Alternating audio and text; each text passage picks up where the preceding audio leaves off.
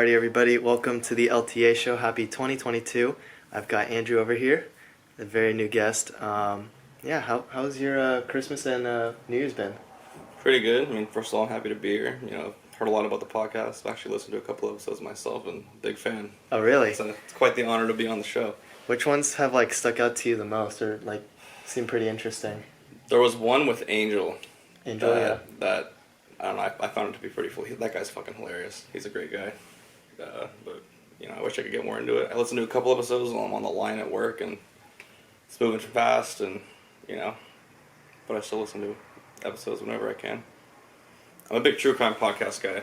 Most of my time, it's either YouTube videos, YouTube Premium, thank God, no ads, or mostly true crime.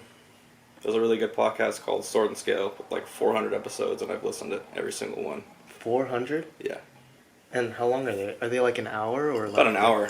I discovered the podcast when I was working at Trader Joe's, actually, doing the overnight thing. We would get off at 11 and, cram in a couple episodes. That's kind of what started me on the whole podcast thing, but I love hearing about new ones too, man. Nice. Cool stuff. Did you spend time a lot with family or friends in Christmas, or just chilling here, or? It was kind of hectic this year, actually. I had technically 4 separate Christmases. The first one was at work. We did a little something. The second one, we did a housemate thing. We saw all of our decorations and stuff set up. The second one was at my parents' house. They live right up the street. And fourth one was I went to my grandparents and did that whole thing. It was kind of a lot, but it was kind of cool to see all that after a while. Yeah, was it all in separate days, or some were on the same day? About spread out over a week. Oh, yeah, wow. I had to take off some days from work when they really needed to be, and it kind of sucked. But I haven't seen my grandparents in 2 years because they're old and they live in the mountains, and it was kind of cool to get everybody together. That's awesome. And then, how's your New Year's? Did you do anything special during that? To be honest, I don't even remember New Year's. We had a lot to drink, but it was fun. Nice. And then, looking into 2022, is there any sort of goals long term, something that you've still working on, or something that you want to do? Mostly just furthering my career, because I've pretty much established and told myself this is what I want to do for the rest of my life. And where I'm at now, it's a really cool baseline to learn basic steps on how to work in a kitchen and how to move around people and communicate, but it's also corporate. It's a corporate restaurant, so there's not really a lot of room for my creative side to kind of work on what I want to do. It's following the same menu, making the same thing every single day. So number one for me this year would probably be to get a part-time job in some weird restaurant where I could actually make stuff that I'm passionate about. Yeah. But who knows? We'll see where it goes. That's awesome. Because I remember in Trader Joe's, that's how we met, by the way. We met in Trader Joe's. We would occasionally be put in dry produce, and you would think about some recipes. Yeah, man. Or during lunchtime, you try to figure out what you want to make, and they're some gourmet level stuff. They're not because a lot of people just get the microwavable food, and that's it. Whereas you're I'm gonna make a sandwich. It's as simple as it sounds, but then you think about the ingredients, what kind of bread you want. Yeah, man, for sure. Kind of toppings you want on the side. I mean, there was even that one period where we had the griddle. Yeah, it was an electric griddle plugged into the wall, and I would go in there on my lunch break and fry up some eggs and make some breakfast sausages, put some toast in. I don't know, man. It's fun to me. People think of cooking as a chore. That's why a lot of people don't do it, or they order food or go to Taco Bell or whatever, or microwave a burrito. But there's no fun in that. You'd be surprised how many people our age don't even know how to boil water. I'm no pro chef myself. I'm just an avid cook. I do a lot of home cooking. I pretty much cook for everybody in the house at least once, twice a day, and it's fun for me, man. I really like it. That's awesome. What was the hardest thing when you started cooking, and then what are you really confident about making? Ooh, the hardest thing for me, which is still an issue to this day, is timing. If I'm cooking 4 or 5 different dishes, they're not courses in a meal, but if everything's going to be served at once, it's being able to time everything to come out at the same time so it's still hot, especially when I have 2 things that need to go in the oven at different temperatures. It kind of gets crazy. But there is a way to do it. It just takes a lot of practice and trial and error, and it's going to take me a few more years to get that down for sure. That's interesting. Yeah. What's like the most what's like your something that you can make confidently? Like let's say like a guest is coming over, something that like they can enjoy and like, you know, anybody can enjoy when they walk in and you make a meal. I'm trying to think, because when you say anybody can enjoy, it usually means like no allergens. Like there's either no seafood or no nuts. Let's say like they don't have any allergies, and then the next one I'll give you another scenario to see what you'd make. What I could make right now confidently, probably shrimp scampi. I'm a big pasta guy. I love Italians. I love Italy. I'm not from there myself, but you know, I've even been getting into making my own pasta recently. It's a whole other topic. Wow. But shrimp scampi, for those who don't know, it's regular pasta noodles, the long ones, like for spaghetti. Very light sauce, Parmesan cheese. You know, you shell your shrimp. You don't boil them. You just add them straight to the pot or the pan. Flip them until they're gold. Add the pasta back. Some garlic, black pepper, Parmesan, a little bit of white wine. Cook it until the white wine gets, how do you say? The alcohol burns off, and then that's pretty much it. A little bit of pasta water in there to add some starch. Super simple, man. It's a crowd pleaser for sure. Do you just like make like a big batch so that you have leftovers later, or do you just kind of like you kind of know how much to make, like in terms of portion? It depends what I'm cooking, because some things are great leftover. Some things, like fresh pasta, for example, it's meant to be made and eaten. And it also depends on how many people I'm cooking for. Usually, the recipes I cook here, it's either some kind of starch vegetable with a protein. You know, like it could be turkey pasta with a side salad, or you know, garlic bread and pasta. We eat a lot of pasta here. You know, I have a Traeger out back. Sometimes we'll do ribs, or you know, I'll put a chicken on there for a couple hours and let it get all oof. I'm a big cook. I love it, man. It just depends. You know, if he's hungry, if Gio's hungry, if my girlfriend's whining because she's hungry. Big old meal. Bread. Implement lots of filler because they're not paying for it. I am. Bread's cheap. Little things. Nice, nice. Now, let's say somebody just can't eat seafood. What would you make instead?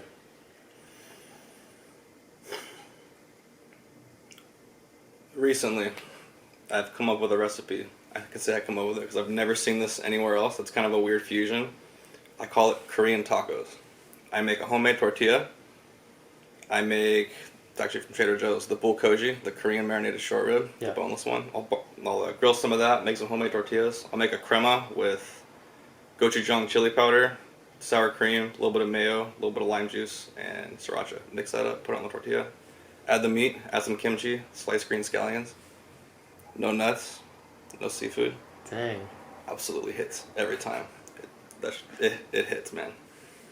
Really good. That's really cool. Now, when you're making these recipes, do you like look at a video and it inspires you, or you find it on social media, or do you just like look at the ingredients in a grocery store and then you just plan it out in your head?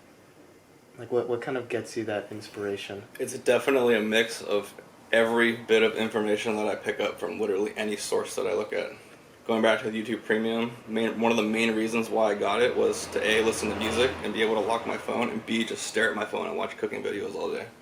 It's either cooking videos, you know, YouTubers, Instagram. I hate to admit it, I'm on TikTok now. I watch a lot of cooking TikToks because it's some quality content. Okay. Just little bits, you know, watching people in the kitchen. Everybody in the kitchen that I work at, we have a very diverse staff, like from all different places. So one's from Jordan, so I watch her make tabbouleh and, you know, Middle Eastern food that I've never even heard of, eggplant, and watching her technique, you pick up the little things there. Same thing with we have a lot of Hispanic workers always making tortillas and tacos, and we had quesadilla the other day, like insane. I love all those flavors, man. There's really nothing that I don't like. That's why I'm so open to learn new things and techniques and literally try a little bit of everything. Except for raw celery. I hate raw celery. That's like really hard to eat. The only time you can eat it is with like peanut butter, but like still, it's just not as like tasty. I don't know, man. You can dress it up with whatever you want, but it tastes like Clorox. If it's cooked like in a stir fry, totally fine. But like munching on a stalk of celery, hell no. That doesn't sound like fun.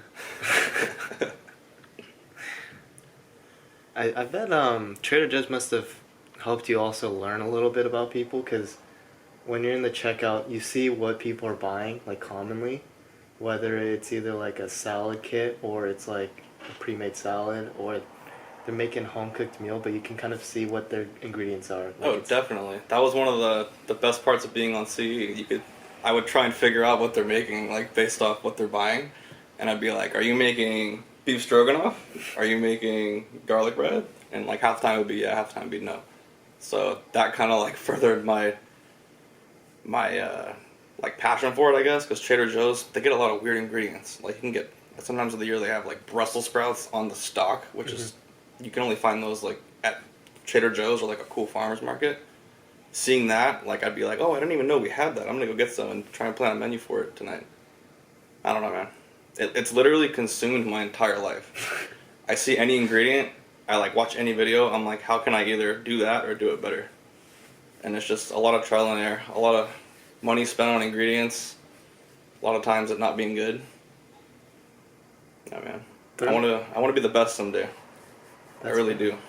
I mean, you're learning a lot from whether it was a failure or not, but then you also can like pick up even that small ingredient and then try to figure out what pairs better with it. Oh yeah, for sure. I mean, especially like the high-end ingredients, like truffles. Like if you were to get a black truffle right now, what would you do with it?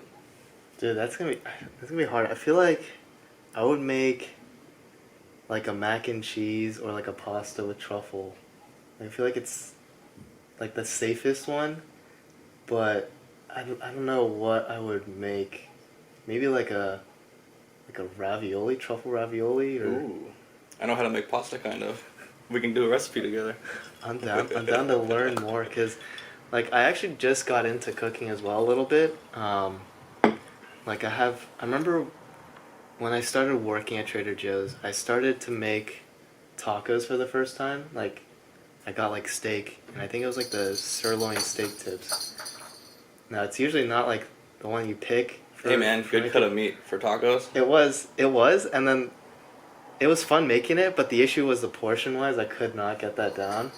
So I ended up making too much, and then, my family didn't want to eat the leftovers, so I ended up eating it. But it was interesting because like I thought it was gonna turn out really bad, but at the same time I was like trying to picture in my head like, the expectation and reality, and like, oh, it's not as what I expected it to be, but it was still edible, so I can't complain. Well, that's how you learn, man. I mean, for me, there's no like bad. I mean, there's bad food, of course, but if you make something and you like put your soul into it and you like actually tried, unless you added like 2.5 cups of salt, it's not gonna be bad.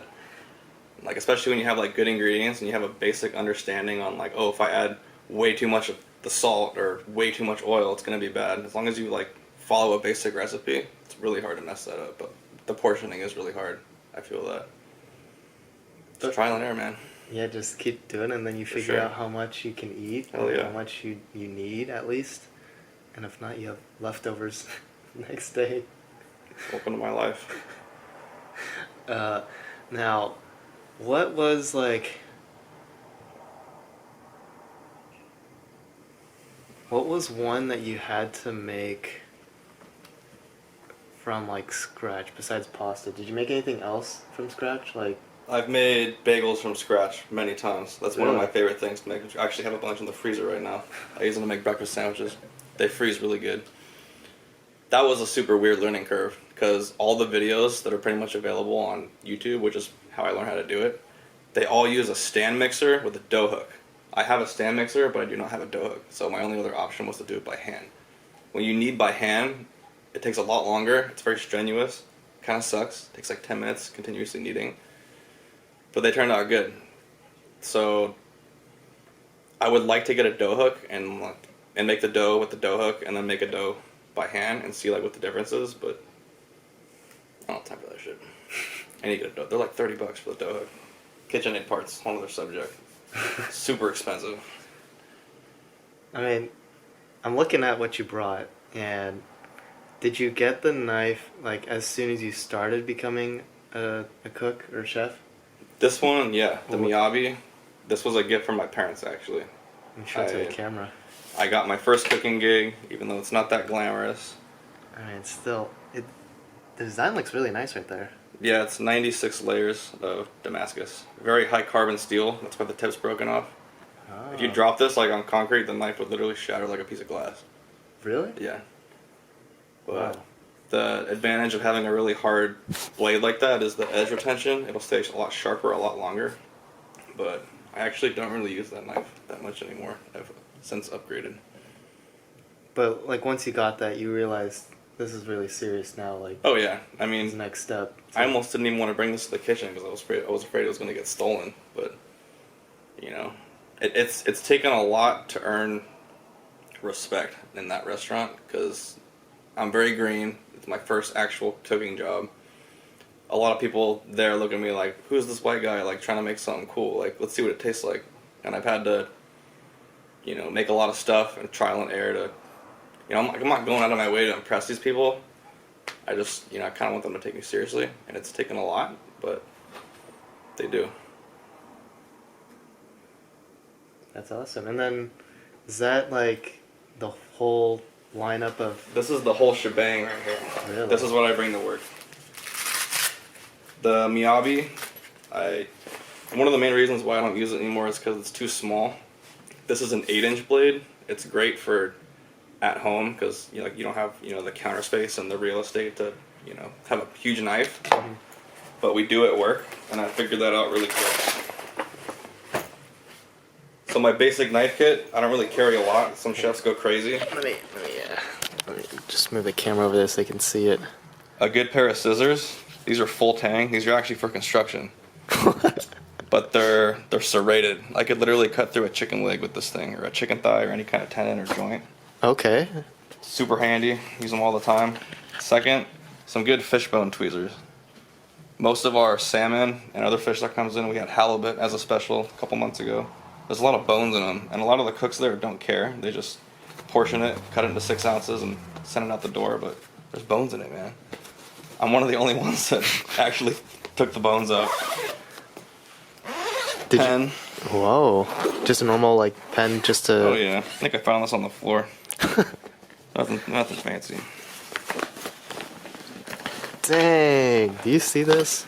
This is insane. Everything in here has a very specific purpose. This. Actually, I'll explain these two side by side. Wait, I've seen like a video, like when chefs do it, don't they like use that when they're pairing it with the knife to sharpen it? Yeah. It sharpens the blade. There's two kinds. There's a metal one. Some of them have like very fine diamond powder on here. This one's not that nice because I barely use it. The metal, when you have your knife come in contact with it, it physically removes metal from the knife because this is harder than the knife that you're grinding. That's if you want to put like a clean raw edge on your knife, which I rarely do because I get my knives professionally sharpened. This one I use at least once or twice a day. This is a ceramic rod. It basically just realigns the steel without taking off any metal. So you're not actually sharpening it, you're just realigning the blade so it's sharp again. Because when you get into like high carbon Japanese knives, especially carbon steel, on a almost microscopic level, the blade will fold over, like right at the apex. And long story, there's a lot of science behind it, but ceramic's the way to go. My least used knife, my bread knife, because I don't really cut a lot of bread. Kind of cool. Got it at Goodwill. This one, my second most used knife. I use this when I'm on the line. When I'm cooking, shit's flying everywhere, pans are flying, orders are coming in. These two knives, they can't get wet. If they get wet, they will rust.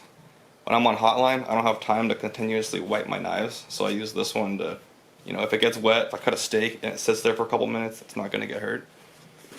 Got this at the Marina Market for like $15. Wow. Very good. That honestly doesn't look like $15. Dude, one of the best purchases I've ever made. I honestly want to go get a couple more. This was the first legit knife that I bought with my actual own money from my first cooking job. Super sentimental. It is what's the handle made out of? I think it's white elm or elm. Not sure. But the blade is blue steel. Blue steel, meaning that when they forge the steel itself, they add hardening agents like tungsten or cobalt, chromium to physically make the steel harder. This thing is like a little scalpel. It's super sharp, very thin. The difference between this one and my Miyabi, the Miyabi is stainless, so if it gets wet, it won't rust. These ones, there's nothing from preventing it from rusting or tarnishing. So after a while, being used, the oil from your hand kind of changes. It's kind of like a book, The older it is, the more words appear and you can kind of read it. Like, there's some carbon steel knives that chefs use for like 20 years, and just by looking at the knife, the patina that's developed, you can physically see like how they cut. You can see the little marks. It's super cool. I'm kind of a knife nerd. But yeah, both these knives were made in Seki, Japan, the blacksmithing capital of Japan. Super cool spot. Wish I could have gone there when I was traveling in Japan, but maybe someday.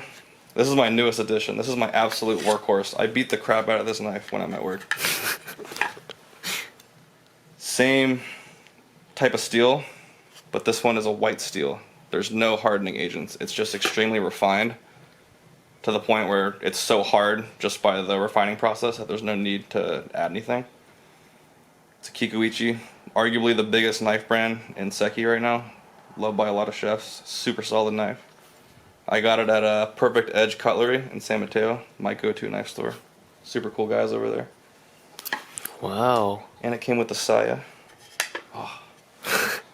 Yeah. Now, when you got it, did you or when you were looking for knives, did you have to figure out how you were cutting it, technique, angle, or was there things to think about when getting a kind of special knife? Absolutely. It just depends on what you do. In my kitchen that I'm currently working at, I am a prep cook and I'm also a line cook. Mm-hmm. So half my day will be spent prepping ingredients, large batches of celery or kale or carrots, tomatoes. And for that, I wanted a big, standard chef knife, 10 inches, because we have huge cutting boards. We're processing a lot of ingredients, so that's why the Miyabi didn't really work out, because it was just too small. I found myself limited to, only a certain amount of knife, man. It's hard to explain. You gotta do it to really feel it. But the bigger knife's definitely the way to go if you're working in the kitchen. But I mean, yeah, a lot of Chinese restaurants, they use cleavers. It's also cultural too. Like, there's certain cutlery that's not specific, kind of specific to a lot of certain cultures. There's a couple of Chinese cooks in our kitchen. They use cleavers. A lot of Hispanics use regular chef knives. I use regular chef knives. It depends on what feels good in your hand. Depends on how you're feeling, what you like to do. There's no wrong knife. I mean, if you're trying to cut like a head of cabbage with a paring knife, it's not gonna work. But just whatever is comfortable. A lot of trial and error. Took me a while to figure out that's what I like, but I would probably never change it. That's awesome. This is do you mind if I hold it? Dang. Oh, one thing I forgot to mention. Blade covers. An absolute necessity. If you have a knife case like this and your blades are just loose in there, when you're carrying it, moving it around, the blades are going to knock up against each other and you're going to have to resharpen your knife every time. Highly recommend. You can even make them out of a cereal box or something with some tape. Dude, that's what I used to do. The struggle, man. Wait, this is kind of sticking out. Yeah. Is it too long? No, it's just kind of sketchy. Oh. Accidentally poke yourself or something. Yeah. And I broke the tip off because I was being an idiot when I was washing it. Oh, really? Yeah. You're putting too much pressure washing it? No, I dropped it in the sink. Oh. Only from 6 inches up, but it hit point first, and that's all it took. Dang. Super brittle, man. Oh, yeah, I'm starting to see it. They can fix that, though. I gotta take it into the shop anyway to get sharpened. Okay. Now, since you've been working in the kitchen for a while, do you have, any stories, whether it was good or bad? Because I'm sure, when you're cooking, especially, for noobs or amateurs, they'll accidentally cut themselves. Does that happen a lot in a kitchen? Yeah. Oh my gosh. Is it, not as bad compared to, when other people are just not as experienced cooking, or? It's complete muscle memory. Like I see some chefs and they can like talk. They can have a full-on conversation with somebody while they're julienning like a carrot like perfectly. I am nowhere near that good. I can cut consistently, but it requires like 100% of my attention. But even then, like, oh yeah, dude, accidents happen all the time. I was actually not working. I was cooking here. I was making my mom's scallop potato dish. It's a chipotle with cheddar cheese and scallop potatoes. But it requires a mandolin to get the potatoes that thin. I think I was arguing with my housemate or somebody, but I wasn't paying attention, and I took a huge piece of my thumb off. Oh. Like, it was actually really bad. Like, it was really bad.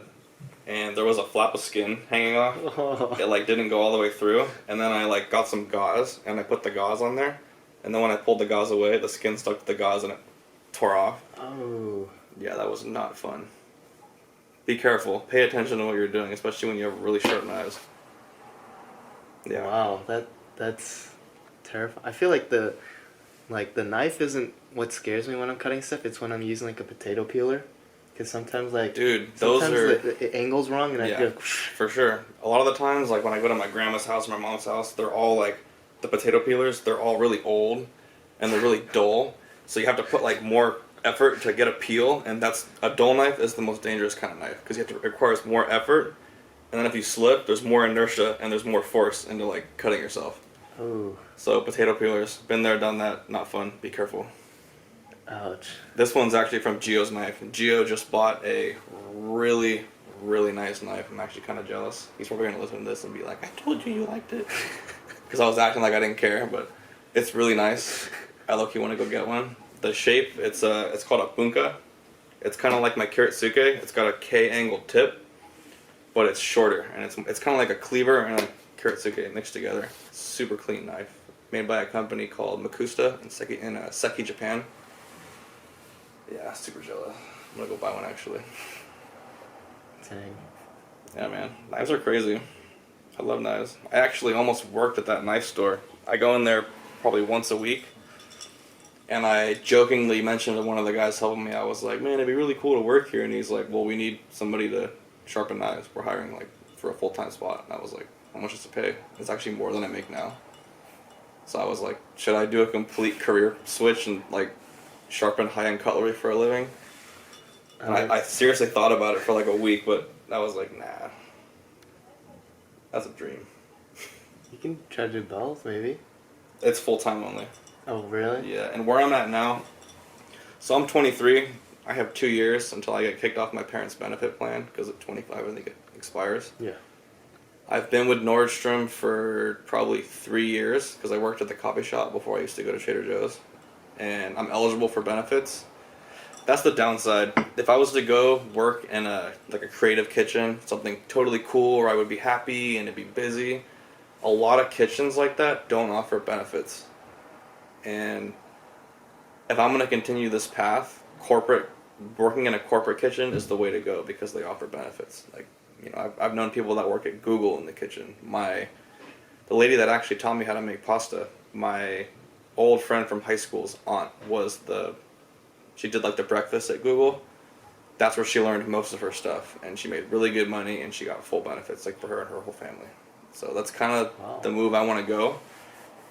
It's not as creative as working at like a funky little like Vietnamese spot or something, but you know, I gotta be realistic, which is also the downside of this career path. But well, I mean, but you can make whatever you want at home, so you're still being creative. that's why I cook every day. Gio and my girl always ask me, "Why do you cook every day? Why do you cook every day? Why don't you just order something? Just order something. Go down the street to Taco Bell." I'm like, why? We live right next to a really cool grocery store that has all these weird ingredients, and it would take me like an hour to come up with a menu and cook something cool. And you learn in the process. I don't know, most of my cooking experience, like actual hands-on pairing ingredients, has come from cooking at home, for sure. And my parents. My parents. My parents ate a lot of really weird shit growing up. Like, we'll have Thai food one night. They'll make mole one night. My parents were extremely experimental, and they gave us all kinds of food, and they had us try literally everything. That's why my brother and I aren't picky. Oh, I don't like tomatoes. It's like, what the? Like, what did you eat growing up?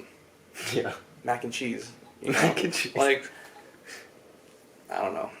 My parents are a huge part of why I'm so passionate about this whole thing, because they exposed me to all these weird ingredients, and I remember like certain flavors growing up from stuff that like my mom made.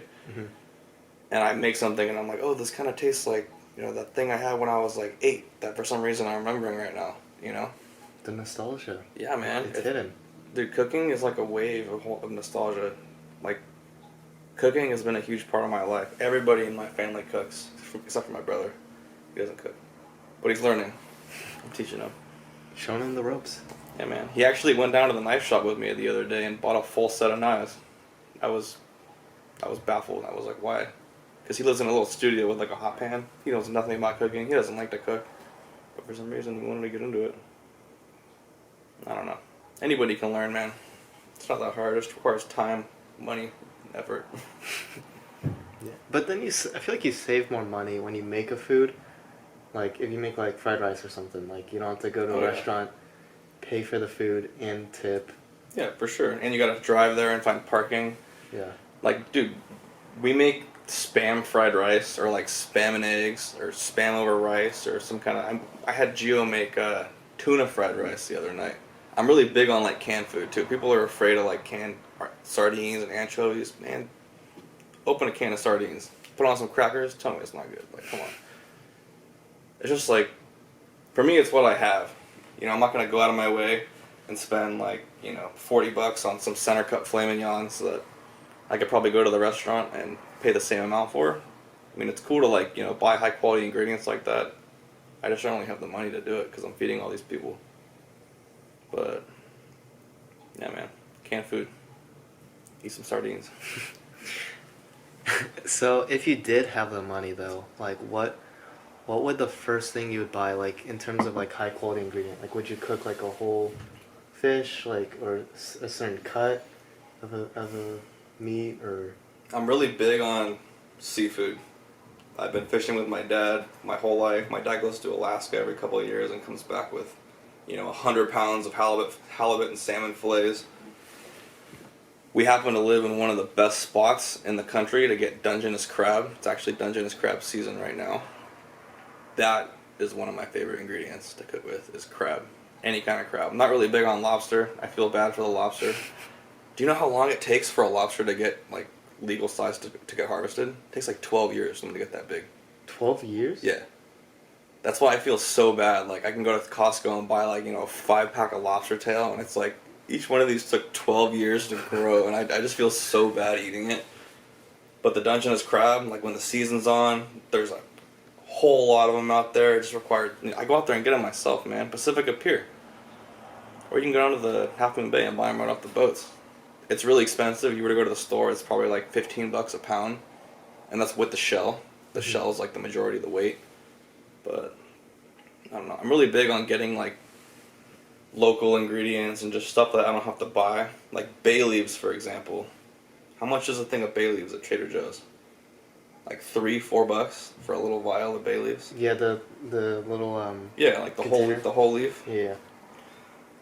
Any like park near you, like I go to Sugarloaf to get mine. There's giant trees of bay leaves, and you just cut a branch off. I have 2 of them hanging in my kitchen right now.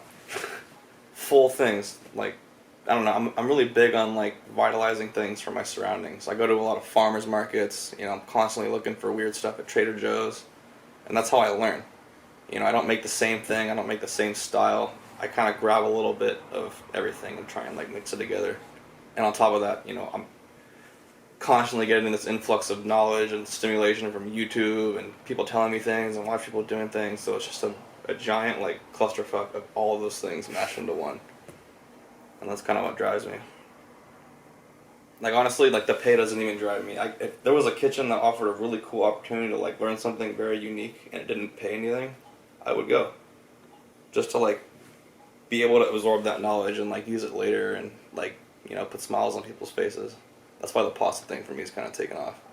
Making pasta by hand is a lot, but it's really rewarding. It's pretty good, too. It's better than box pasta. Now, like, have you made, like, all kinds of pasta, or is there, like, one in particular where you just... For me, made so far? recently, it's been the bow tie because it's the easiest. It only requires one tool. It's actually a pastry tool. It's how you get the little crimps on the end of the bow tie. It's just the preparation. Making the dough is what takes the longest because you have to knead it for 10 minutes. You gotta let it sit in the fridge for like 30 minutes. You want the right texture. Like when you poke it, it's supposed to spring back, but not too much. And it's just requires a lot of effort. And when it's cold, when you pull it out of the fridge and you try and roll it, it's really hard. And there's a lot of steps involved. I just generally have the space for it too. I live in a tiny little apartment. You know, you Google videos of people rolling out pasta in the kitchen. They have a massive wood workspace and this massive like rolling pin, and I'm on a much smaller scale. But it's cool. It's cool to learn. Get the finger techniques down. Only the bow ties I can do. I'm not that pro yet. But who knows? Get one of those the little press thingy. You put it in and you just roll, and then like flans it. There's pros and cons to those. When you make a pasta dough and you let it sit, there's no yeast, so it doesn't create like bubbles on the inside. But when you do it right, there's very, very, very small bubbles inside just from kneading it.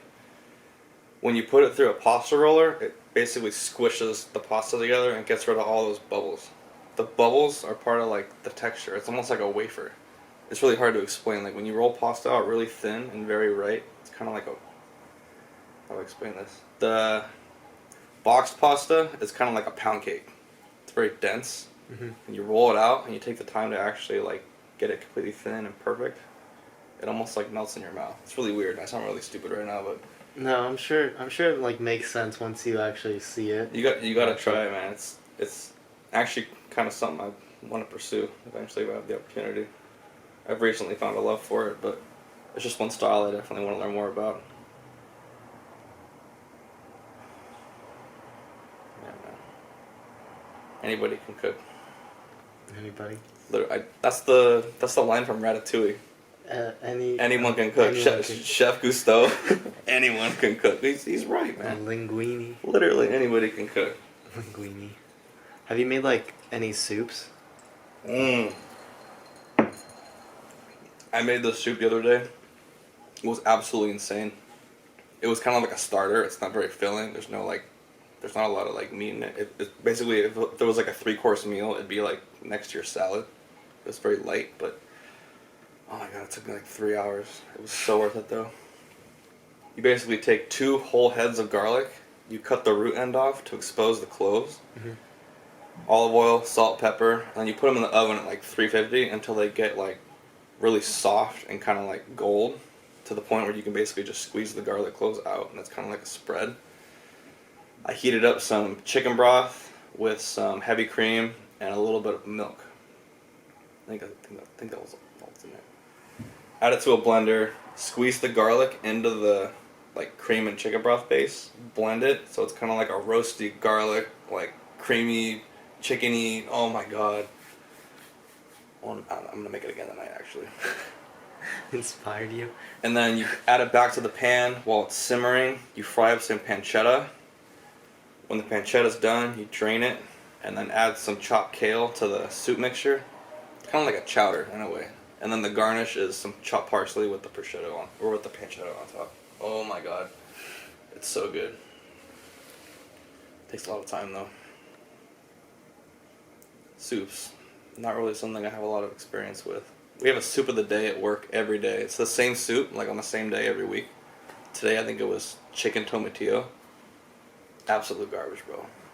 Absolute garbage. It's so bad. Like, I almost want to meet the guy at Nordstrom who comes up with the recipes, like the corporate chef, and I want to slap him. Like, because of how, like, some of the stuff some of the ways he writes the recipes and some of the stuff he adds, it's like, why? It's literally like a team of like 3 or 4 people that come up with all the recipes for every Nordstrom restaurant in the whole country. Really? And some of them are just so weird. Like, we had what was the one? It was a risotto, like a butternut squash risotto, and it had like grapes on it. Like, what? Like what? That doesn't sound. It was so good, and then the recipe, it's like grapes. That was a whole month. It was like grape themed. We had like a grape bruschetta with prosciutto and ricotta cheese. That one was kind of good. But the risotto, I was like, bro, people are paying $23 for this? Like, no.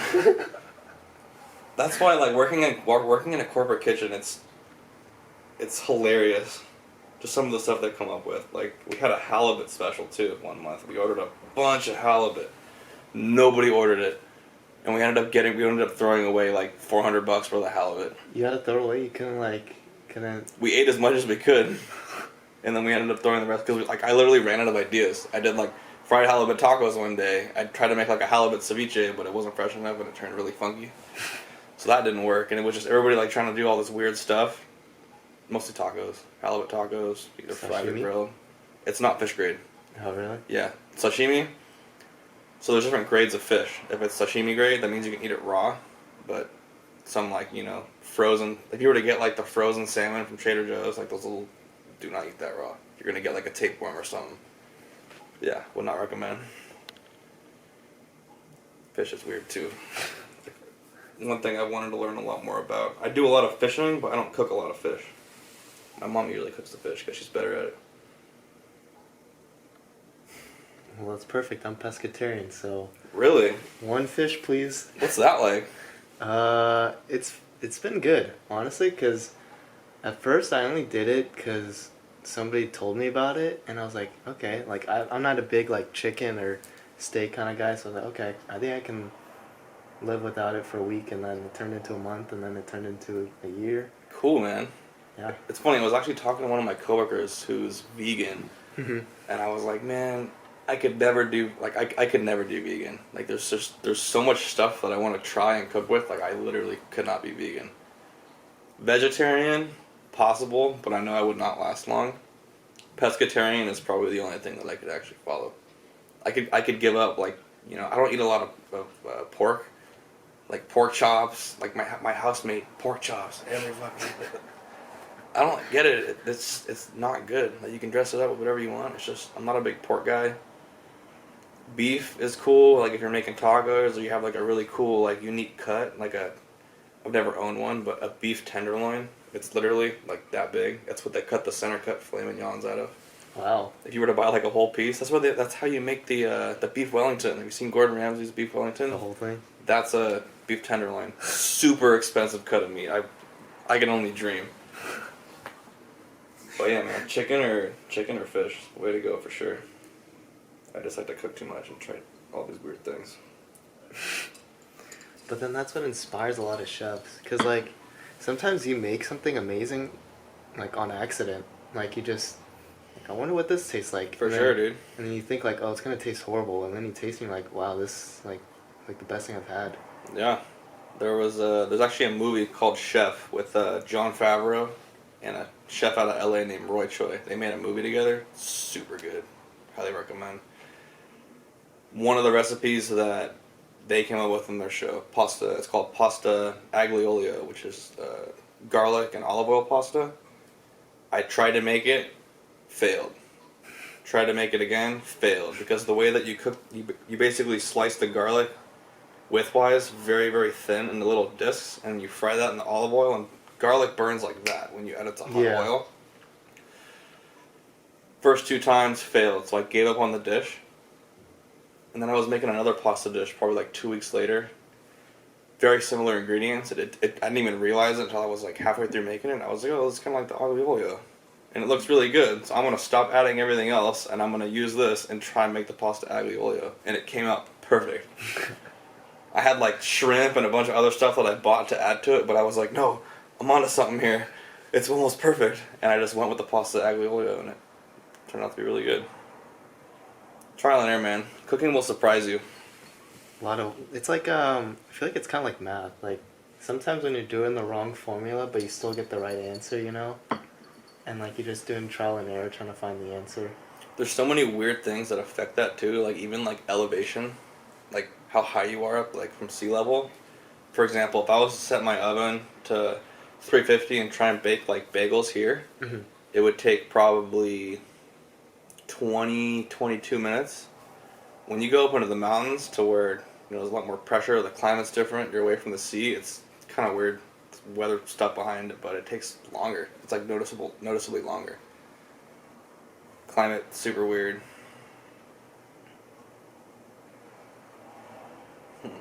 Wow. I've like learned so much in just this short amount of time. Oh, Like, I'm no professional. It's just but it's a lot of knowledge, like learning from somebody that has that experience. it's fun, man. I know I sound like a broken record, but literally anybody can do it. No, it means your message is consistent, and it's great because it inspires other people. Yeah, man. I don't know. People are like, especially our day and age. I said this at the beginning, but people are just so used to like convenience and like, oh, I have money, like give me, you know. People don't actually take the time to like when you go to a restaurant, you pay like $25 for a dish and it comes in front of you. People don't realize all the steps that had to happen to get that plate in front of you. It could be anywhere from the people who harvested the produce, the how the meat was sourced, the vendor that bought the produce from the farmers, the vendor that transported the produce to the warehouse, the vendor that we ordered through to get the produce in the kitchen, the people employed to use that and cook something. There's a lot of like steps involved, and I don't know. I think more people should give cooks the benefit of the doubt. When you go to a super busy restaurant and there's something very mild wrong with your order, don't be a Karen and throw it on the ground or go get your money back. Like, I don't know. Unless it's like really messed up. But just trying to understand, man. We go through a lot. It's really busy. Like this past holiday season was absolutely insane. There was a couple times I almost went into the walk-in fridge and cried, but Oh my gosh. but I didn't. Oh my gosh. It was a lot, man. It really opened my eyes. Like, wow, I'm literally going to be doing this for the rest of my life if I continue the route that I'm going. And I think I'm ready. I want to do it, man. It's not for everybody. It's definitely not for everybody. Like Gio, for example, because I know he's going to listen to this. He never cooks. He only cooks in the kitchen. He never cooks here. He only DoorDashes food. I always like try and encourage him and tell him like, hey man, like I cook here every day. Like just come watch me and like ask questions. I'm no pro, but like I know what I'm doing when I'm cooking at home, and he just wants like nothing to do with it. I don't know. It kind of bums me out. I wish him and I could bond more over that, but not everybody wants to learn, I guess. Which is ironic because he works in the kitchen, but I don't know. Everyone has like a different level of commitment. And, Yeah, like, for sure. everyone has like different agendas and maybe different passion. So maybe it could have been like still cooking, but like maybe just that intensity or like Yeah. because everyone has like different experiences. So Yeah. like I mean, that's what it is. Like you just said it. It's passion. For some reason, I'm really passionate about this, and I like want to get better, and I continuously strive to learn new information and to try different techniques and to kind of put all those things together and try and make a good plate. Just it's not for everybody, but I love it, man. I want to own my own restaurant. alrighty, everybody, welcome back. So with the time we got, Andrew, would you like to close out? I always have my guests close it out. Say something that you've wanted to say, maybe social handles, whatever you wanna talk about. It's your spotlight for the moment. Well, Close it out. thanks again for having me, man. I'm a big fan. I can't wait to hear myself on the next episode. Maybe even see the video. But yeah, man, everybody can cook. A lot of people aren't passionate about it, or a lot of people aren't interested because they haven't actually tried it. Somebody's like, oh, I tried to make pasta and I burnt it, so I'm never gonna cook again. Oh man, buy another box of pasta and like make some. Make whatever you want. Like whatever you normally order. You order Mexican food or Chinese food. Try and like recreate those flavors. Look up recipes. Figure out what elements make up that flavor that you like, and just experiment. I don't know, man. Anybody can cook. Like they said on Ratatouille. That's inspirational, right? Yeah, man. Well, it was awesome having you, Andrew. Look forward to seeing what you've got in store, because I will do a checkup on you, and I hope to see you in a couple more episodes. Yeah, man, for sure. It's just the beginning of 2022. For sure. When I open my own restaurant, I'll hit you up. We'll do an interview. I'm down, and then like I'll see your knife collection. Oh, And- it's such an expensive hobby. Oh my god.